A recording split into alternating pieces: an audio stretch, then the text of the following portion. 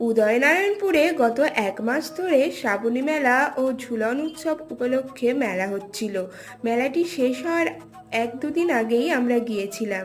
গিয়ে দেখি যে বিশাল বড় মেলা বসেছে, যেখানে সাজের দোকান থেকে শুরু করে গাজরা স্টল, খেলনা স্টল, এমনকি 8 টাকা 15 টাকা হরেক মালের স্টলও বসেছিল।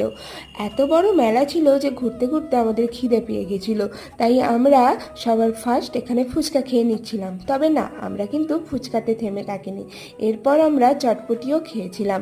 আর চটপটিটা এত ভালো করেছিল যে আমার দিদি 2 প্লেট খেয়ে নিয়েছে। তারপরে এখানে রোলার আইসক্রিম দেখে খাবো বলে বায়না করলাম, তবে অতটা ভালো ছিল না। তারপরে ঘুরতে ঘুরতে চোখে পড়লো এই দোকানটায়, যেখানে ছিল কত সুন্দর সুন্দর চুড়ির কালেকশন।